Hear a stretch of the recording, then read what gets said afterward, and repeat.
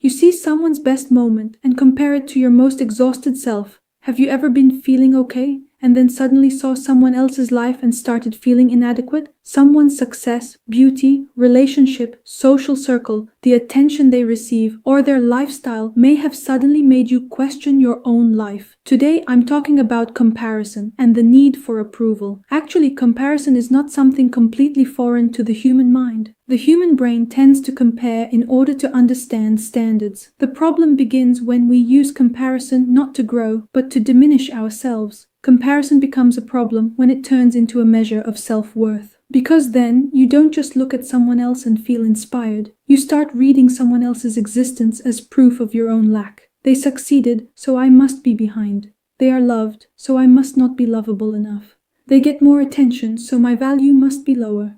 This is how comparison weakens self-worth, because it takes your focus away from your inner world and gives it to the outside world. If a person looks at themselves through other people's mirrors instead of their own, they will always evaluate themselves according to someone else's reflection. After a while, how you feel about yourself is no longer shaped by your own values, but by what other people are doing. Who is more successful? Who is more loved? Who is moving faster? Who receives more approval? Who is more visible? And the mind begins to constantly search for proof from the outside. This is where the need for approval comes in. Human beings want to be seen, loved, and appreciated. This is a very human need. Don't forget to subscribe to understand yourself more deeply. But if you attach your worth to approval, you may begin to lose your own center.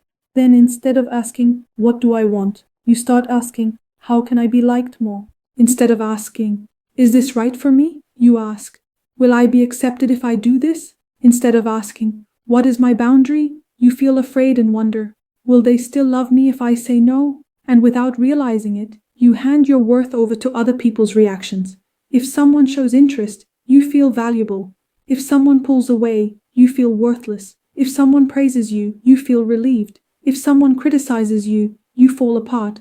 If someone chooses you, you feel complete. If someone doesn't choose you, you feel incomplete. But if your worth survives only through external approval, it becomes very fragile. Because the reactions of the outside world are always changing. Everyone evaluates others according to their own standards, and if their standards are not healthy, their reactions may not be healthy either. If you attach your entire worth to these changing reactions, your inner world also becomes unstable. It no longer rests on healthy ground. A person ends up feeling like they have to prove their worth again every single day. Social media can strengthen this cycle too, because there, we constantly look at other people's selected, edited, and polished moments. You may see someone's best moment and compare it to your most exhausted self. You may see someone's result and devalue your own process. You may see someone's visibility and ignore your own effort. But what you see is usually not their whole life. It is only a selected piece. If you are already prone to devaluing yourself, your mind may interpret it like this: everyone is moving forward and I'm falling behind. Everyone is loved and I am lacking. Everyone is better and I am not enough.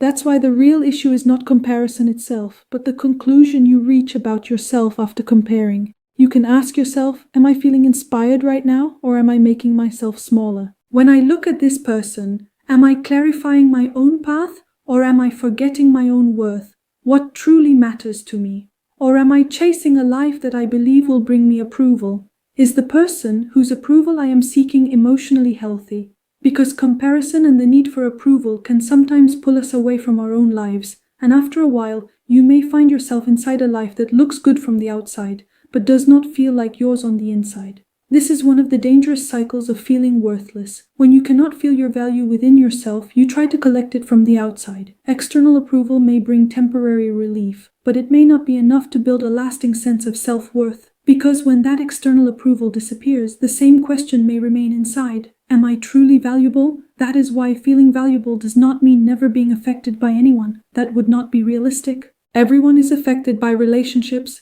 comments, feedback, and their social environment. But when you value yourself in a healthy way, external feedback does not define your entire worth as a person. Someone not liking you does not make you completely worthless. Someone not choosing you does not make you completely lacking. Someone being more successful than you does not make your path meaningless. Someone being more visible than you does not make your effort worthless. Instead of trying to collect your worth from other people's eyes, you can begin asking yourself, who am I? What are my values? What kind of life do I want to build? Where am I making myself smaller? Where am I abandoning myself just to receive approval? In which environment am I trying to appear valuable while actually feeling more worthless? These are not easy questions, but they are very important because valuing yourself is not just saying, I am valuable. Sometimes self-worth means realizing, I am looking for my value in the wrong places.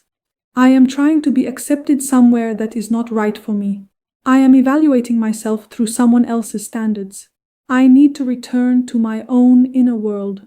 In this series, we talked about the 5 main factors that shape self-worth. Tomorrow, I will also add a view that is not scientific but is my personal perspective. If you haven't watched the other videos, you can check the playlist. Understanding these factors is not about blaming yourself, it is about understanding yourself from a healthier place. Because when a person starts understanding themselves without blaming themselves, they also begin to rebuild their self-worth from a healthier foundation. The question you need to ask yourself today is this: where did I lose my value? And more importantly, where am I looking for my value?